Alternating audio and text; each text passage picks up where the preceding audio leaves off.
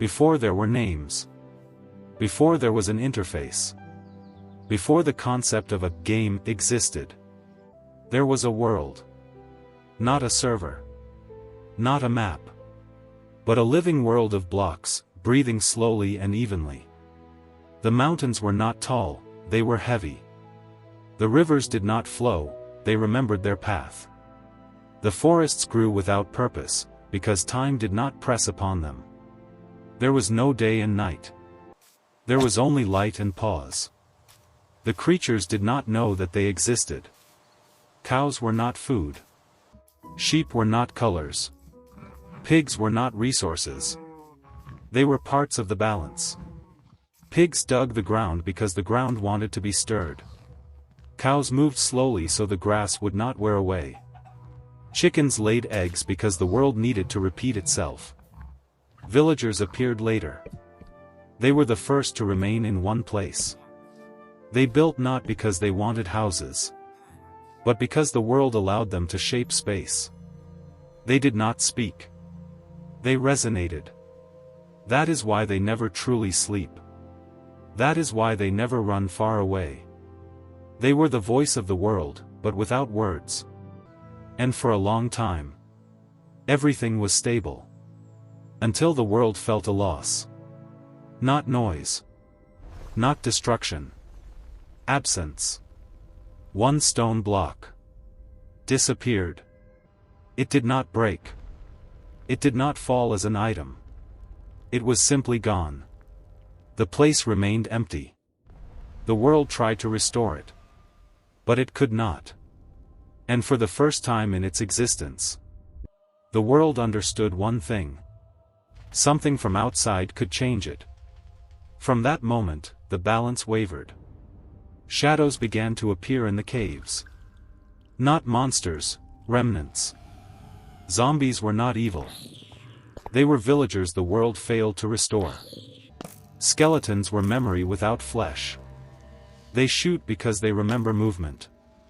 And creepers. Creepers were a mistake. An attempt by the world to create something that could release the accumulated energy. And somewhere around then, the pigs stopped digging. They began to stare in one direction. Toward a place that. The fissure did not appear all at once. It began as a feeling. The stone layers beneath the earth grew quieter. Not darker, emptier.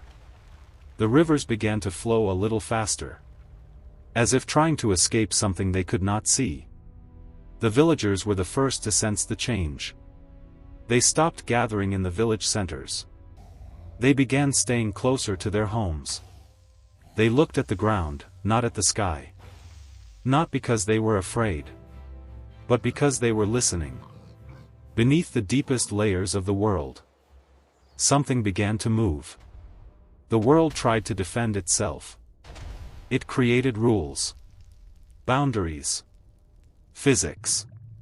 The sun began to rise and set.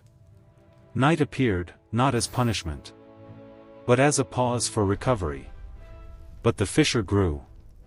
And one day, it spoke.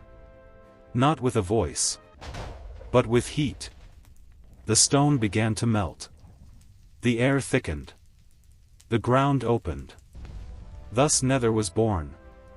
Not as another world, but as a wounded layer of the same world. The first to sense it were the pigs. They began to gather around the place where the stone pulsed. The fire did not scare them. The lava did not burn them immediately. As if something inside them remembered that warmth. When the first portal opened, it was not created by a creature. The world itself made it. Like a valve. Like an attempt to release tension. The pigs entered first. Not because they were brave, but because they were called. In Nether, time did not flow properly. Days did not change. Sounds echoed without source. Shadows remained still. The pigs began to change.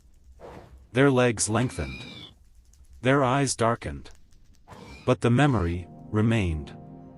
They remembered the grass. They remembered the sun. They remembered the world above. Thus piglins were born.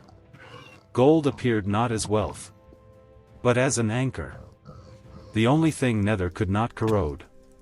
Piglins gathered gold not for power, but to remember who they had been. But the fissure did not stop there. It wanted more. And deep, far from the portal, something began to take shape.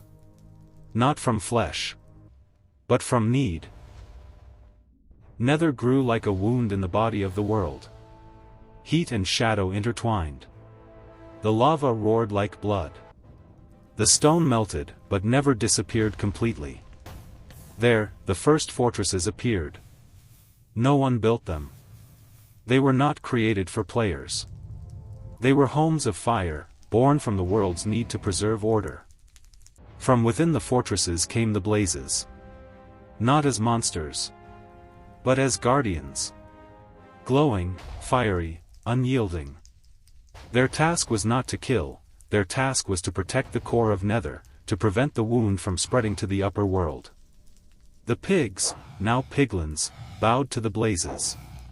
Not from fear, but from respect. They understood the power of fire and remembered that the world had created this chaos to protect itself. Within the fortresses lay the key to balance. The crystals that lit the paths were not just light. They contained memories. Memories of the overworld that the piglins remembered. They held information about every block that had ever been moved or destroyed. And somewhere there, behind the walls of the largest fortress, lay the portal. Not for players. Not for adventures. But to the end of everything, to a place no one had yet seen. The Ender Dragon was not there by chance. It was created as a lock. As a guardian of the world's memories. As a way to ensure that the world's memory is not lost.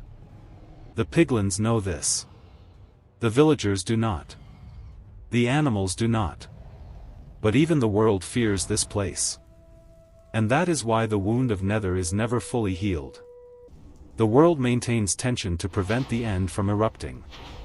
And so, when the first portals began to glow, when piglins bowed and the blazes burned, someone or something watched from beyond.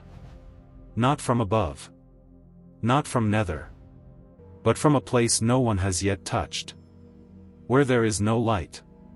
Where there is no sound. Where only the memory of the world exists. And something waits. This is the end of part 1.